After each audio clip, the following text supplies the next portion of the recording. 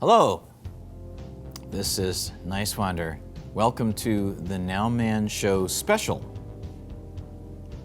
The Roots of Society and the Enlightenment of Solutions.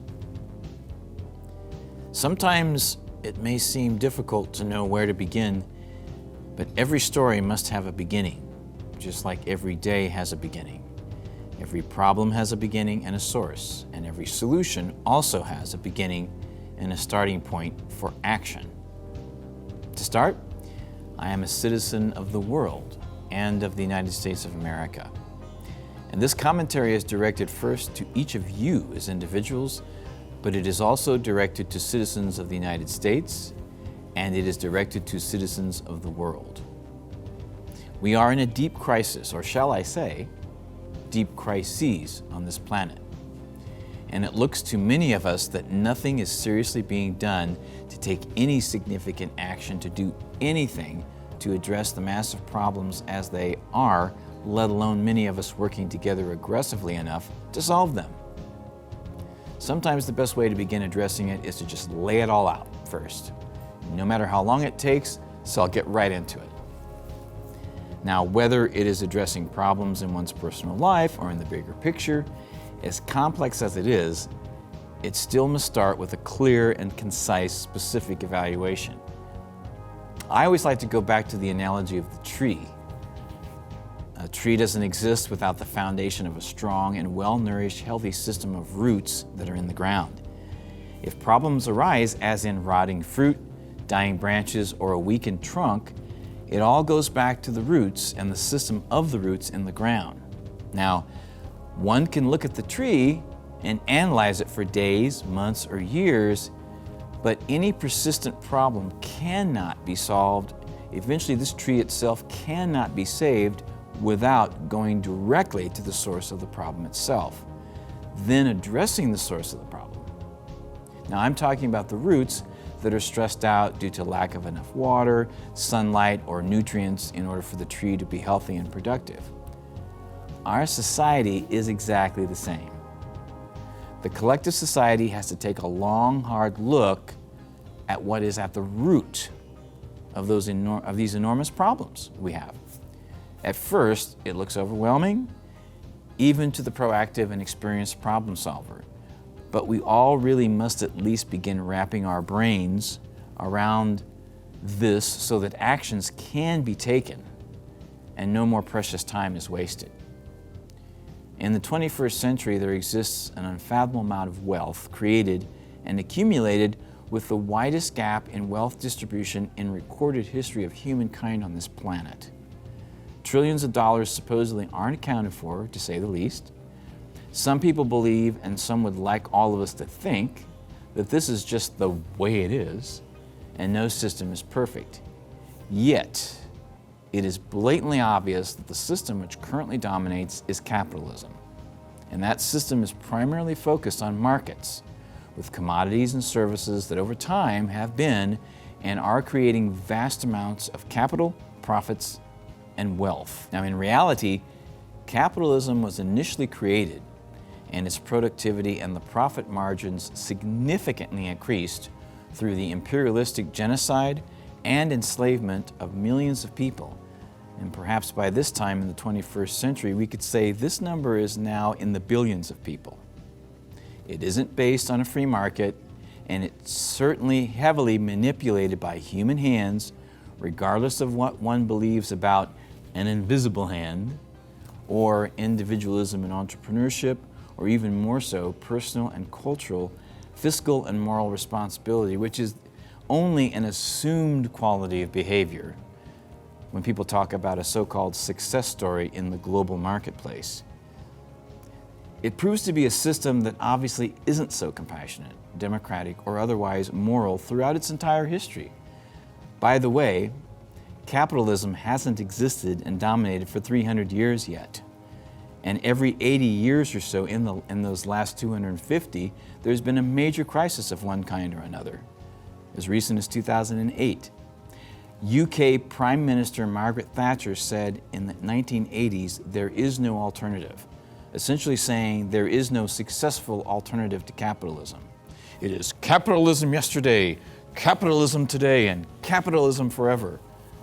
However, when studying history, and specifically economic history, as economist Richard Wolff has said, most people agree that in the decades before the collapse of the Soviet Union, you had a powerful central government with an elaborate secret police, with an elaborate system of controlling the population. Most Americans thought it was a dictatorship of one kind or another. They were tough, they could control the opposition.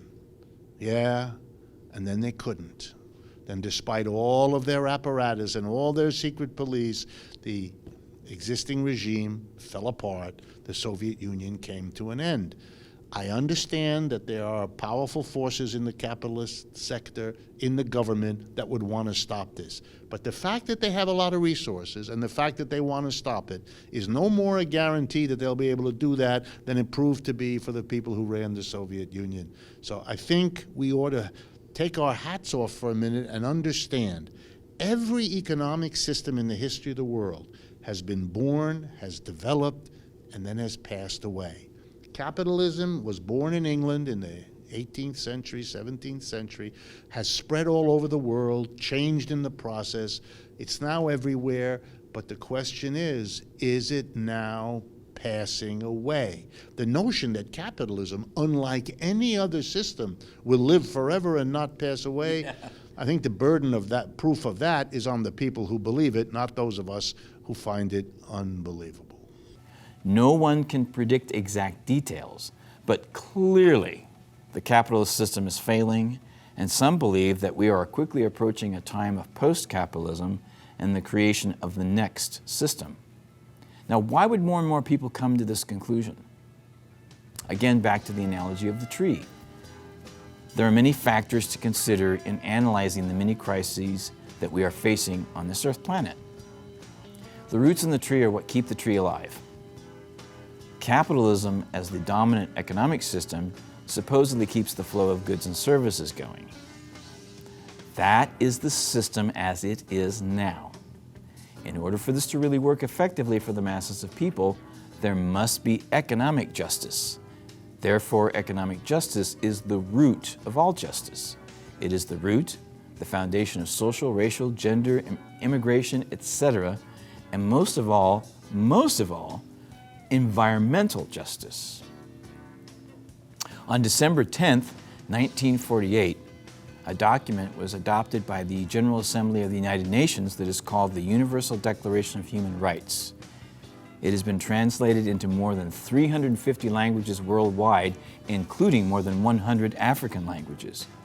It is an extensive document, but right now, all that I really need to focus on is Article 25, and here is what that article has to say about human rights. Check it out.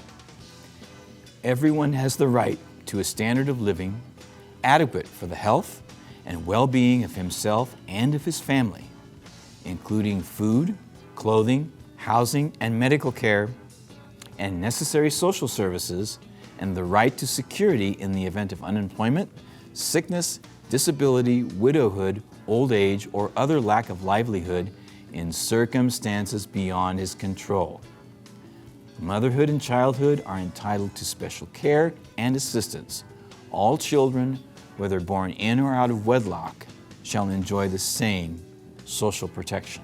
Capitalism, which dominates, emphasizes a socioeconomic class-based system, which better explains the reason for the inequality. According to Oxfam International in 2017, 8 people on the planet now have as much wealth as the bottom 50% of the whole world's population. Yes, that's true.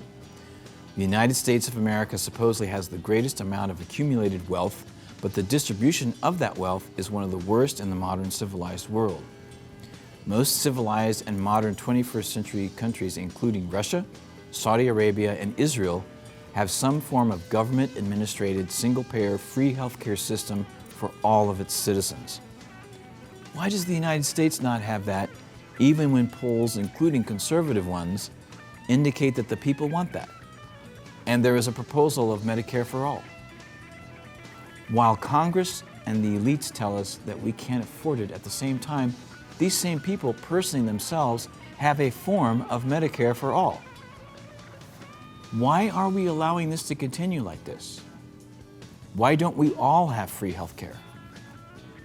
Why haven't people in the U.S. alone not recovered economically from the crash of 2008 that was created largely with predatory banking and lending practices, technically still legal and in place 10 years later? Activists at Occupy Wall Street and around the world in 2011 and 2012 were often chanting, "The banks got bailed out, we got sold out." Do you know what that means? After putting the final nail in the Glass-Steagall Banking Act of 1933 and 1934, President Clinton also signed into law the Commodity Futures Modernization Act that allowed banks to once again engage in risky financial behavior on Wall Street, a behavior that led us to the Great Depression and stock market crash beginning in 1929, also allowed the banks to lead us into another crash in 2008. Bill Clinton signed off on the Financial Service Modernization Act, the Commodity Futures Modernization Act, that made all these financial swindles legal. Like derivatives? All the collateralized debt obligations, Yeah. credit default swaps, all of that was made legal in a bipartisan, Republican-led Senate working with the Democrat Bill Clinton, and the worst one he signed off when he was a lame duck president. So, and Hillary Clinton knows all that. And you mean Glass-Steagall is what you're referring to? No, Glass-Steagall's the Financial Service Modernization Act. That was 2 years before. But when he's a lame duck president after the 2000 election, he signs off on the commodity futures, which is actually worse because Title III of the Commodity Futures Modernization Act said that none of these new financial devices, which were all hokum if the mafia did it, they'd throw them in the slammer forever. And none of that will be regulated by any existing law or any regulatory agency. The fact that people don't know that, Title III of the Commodity Futures Modernization, signed by Bill Clinton, tells you where the mass media has been all these years. It's just unbelievable. And then 8 years later, we can see the banks led us directly into the crisis. Well, because they were empowered to write these, take different mortgages and package them together and put a new label on and swindle people. I mean, it's just incredible. The unemployment statistics are only the tip of the iceberg right now. There's also underemployed, re-unemployed, low-wage workers in gig and temporary jobs with little or no benefits. 94% of 15 million jobs created from 2008 to 2016 are those kinds of jobs. This doesn't even include the numerous stories of people who have given up the job search. And there isn't really any serious talk, let alone action, about creating millions of decent paying jobs, even infrastructure jobs, to help this humongous portion of the U.S. population. If you have a good job, if you have a good retirement pension plan, own your own home, etc., this may not seem to be such a big deal. But all U.S. Americans should be deeply concerned and in the streets every day, doing something to express their concerns and worries for a system in deep decline that would allow circumstances like this to exist for half of its population or more. This is a global crisis, really. It's not just in the U.S. By the way, I have more questions for you. Why aren't we putting an end to homelessness? Why don't we stop poverty? Instead, we are perpetuating a system that allows that to increase. We are perpetuating a system that allows all forms of human suffering and also discrimination based on race, color, gender, sexual orientation, and more. There's abuse and death, even murder in the streets, and this happens on a daily basis without fair laws or even laws on the books being enforced. Why did we let the omnibus crime bill pass that created prisons for profit and put primarily more men and women of color behind bars? Why was the Welfare Reform Act gutted in the 1990s? Why have we deported millions and millions of people who really aren't hardcore criminals, especially between 2008 and 2016? Why have whistleblowing truth tellers such as Chelsea Manning been imprisoned? While some nations provide free college and university education for their people, why does the United States often require students to accumulate massive amounts of student loan debt that is now accumulated in the trillions of dollars? All of this is happening while millions are struggling to find decent paying jobs in this horrendous economy. Why are the wealthiest people and corporations being given an even bigger tax cut than the low one that they already had for over a decade? And there will probably be talk of cutting social programs like Social Security, kids' lunch programs, and SNAP, which is the new name for food stamps. The 2018 U.S. budget requested is over $4 trillion with a deficit of $400 billion, in part to reducing taxes for the 1%. And why is at least $700 billion of that for the military and war budgets? Why is this considered normal? The U.S. annual military budget is about the size of the next 6 highest countries' military budgets for 2018, including Russia and China. We have been in fake wars turned into wars on terror and drugs since 2002, and even before that, really. Speaking of drugs, why do we have an opiate epidemic and nothing really seriously being done to end it? It's one of the largest causes of death every year in the United States. Why does the richest country in the world have one of the highest infant mortality rates in the world? Many countries guarantee day care for children and extensive family leave for new parents. And why does the United States not guarantee it at all? Why is there emphasis on private schools even in the daycare industry? Why aren't we adequately prepared to lose millions more jobs with the advent of full automation in the not too distant future? Why can't we guarantee money for everyone who needs it right now in the form of universal basic income that would obviously help boost the flailing economy overnight? Why isn't the USA radically transitioning our energy systems to solar, wind, and micro hydropower systems to create electricity and other forms of clean energy, rather than continuing production and transport of fossil fuels all around the world, and especially to China and India? There is no debate. The proof exists. Humans' use of fossil fuels is radically changing the weather and the climate globally, and we could be facing environmental catastrophes on a scale that may seem unfathomable. Can we really understand the disastrous circumstances that are perhaps beyond reversing? Did you know that the company Monsanto, known for GMOs, Roundup fertilizer, and non-environmentally friendly products, is banned in Switzerland, Japan, Germany, France, Greece, Austria, Russia, Peru, New Zealand, South Australia, Bulgaria, Hungary, Ireland, Luxembourg, and Madeira, but not in the US? Why do you think that is? What will it take to get millions more people actively involved in working on identifying, creating, and implementing solutions every day starting now? That may be the most important question of all.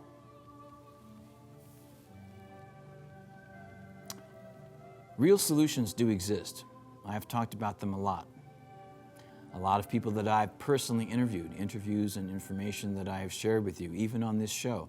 You've talked about the Green New Deal and also an emergency jobs program. Can you elaborate more on that? Yes, we actually have an economic emergency.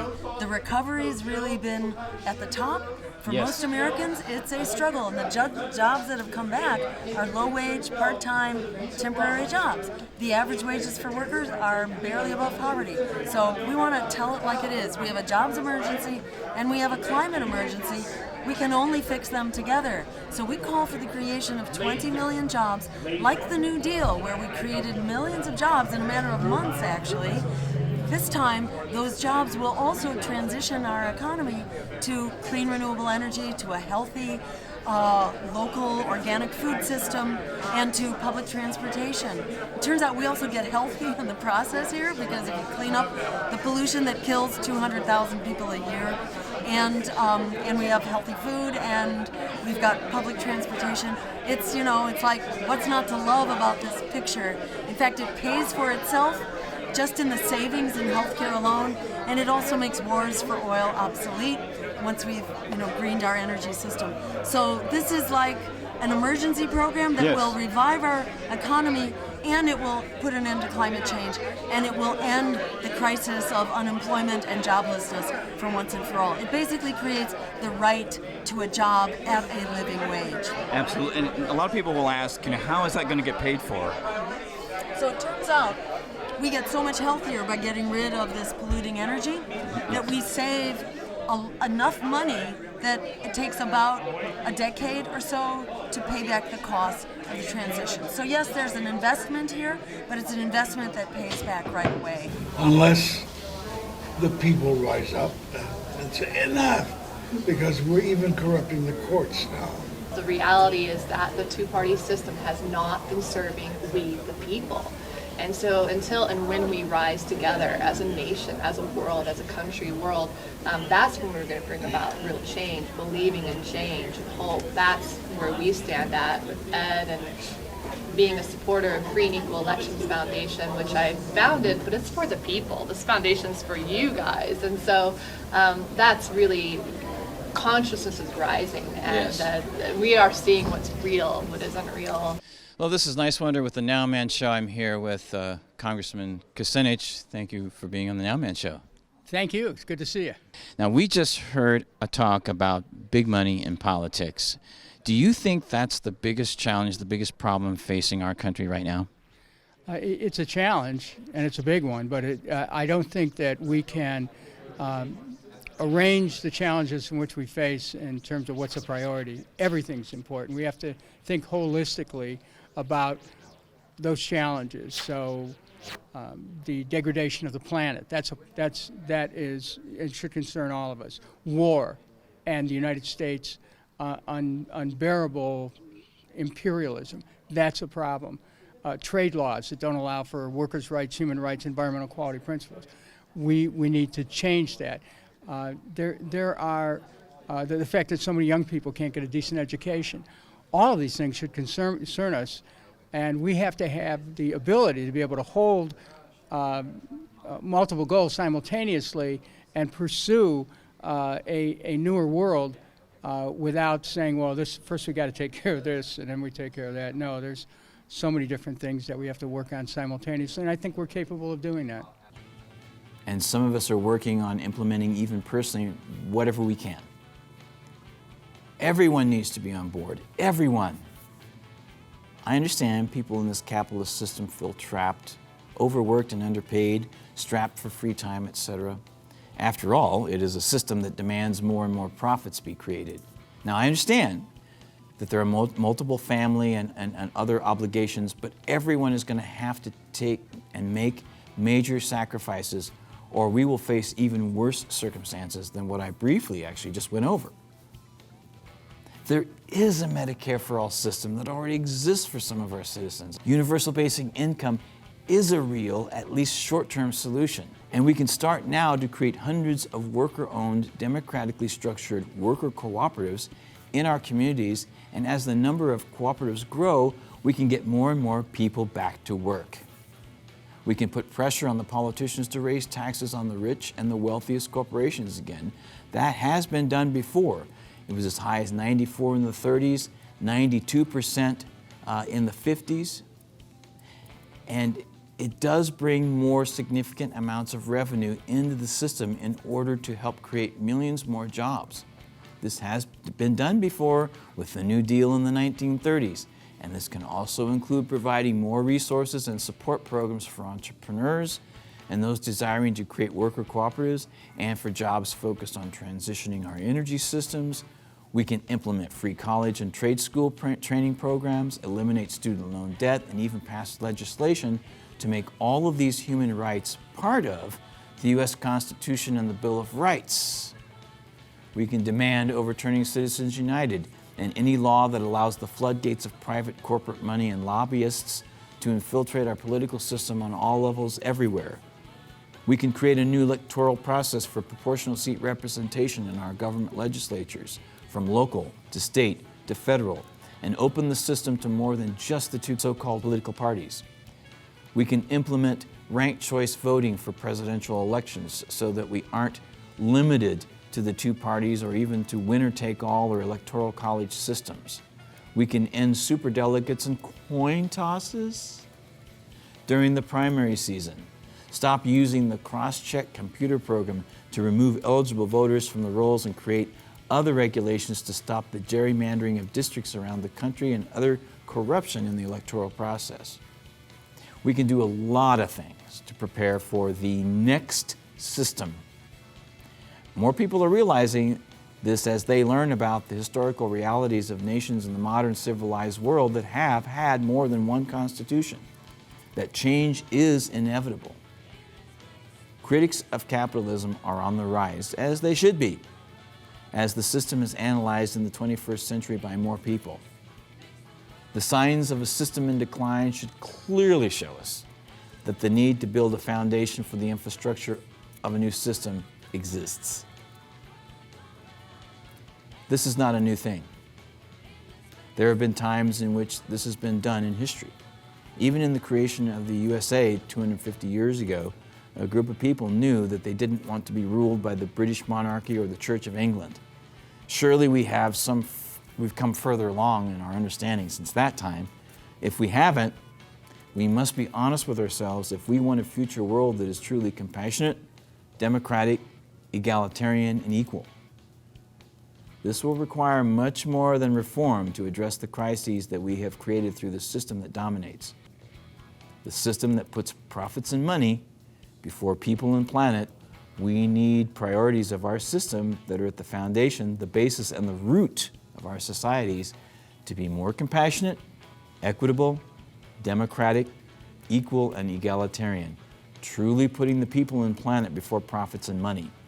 We must do this if we are to survive and then thrive on this planet. There's a lot every one of us can do to educate ourselves. I recommend movies such as The Inside Job, about the 2008 crisis, which won an Academy Award, The Corporation, which explains the obvious subject matter implied in the name, Shift Change, about worker cooperatives in Mondragon Valley in Spain, and others in Cleveland, Ohio, Brooklyn, New York, and the Bay Area of Northern California, and Naomi Klein's The Take, about the workers taking over factories in Argentina and creating worker cooperatives. DemocracyAtWork.info focuses on democratizing enterprises. What are you going to do for your part from here, now, and going onward? This is Dan Niswander. We are the roots of the system, and we must be enlightened to create real solutions. Thank you for your time and tuning in to The Nowman Show. The condition of truth is always to allow suffering to speak. Suffering from wherever it comes. We are an inclusive group. Yes. Tea Party brothers and sisters look like the audience for Lawrence Welk in the National. I ain't got nothing against Lawrence Welk and Bubbles. We look more like an audience for Lupe Fiasco. Oh, we look more like an audience for Carole King and James Taylor. Yeah, we look more like an audience for Prince. That's the kind of audience we got. Yes, we cut against the grain, but it's uncommon humanity. So yes, we are open to prophetic Mormon brothers and sisters if they believe that corporate greed ought to be eliminated. That's right. Give the prophetic Mormon brothers and sisters a hand right now if they want to come here and join the movement. We're here for the progressive, agnostic, and atheistic brothers and sisters. Come and join the movement. Imagine and enjoy with me the following thought. What would happen to the political life of Los Angeles if all of the people that came here today could begin systematically to work together to change this society?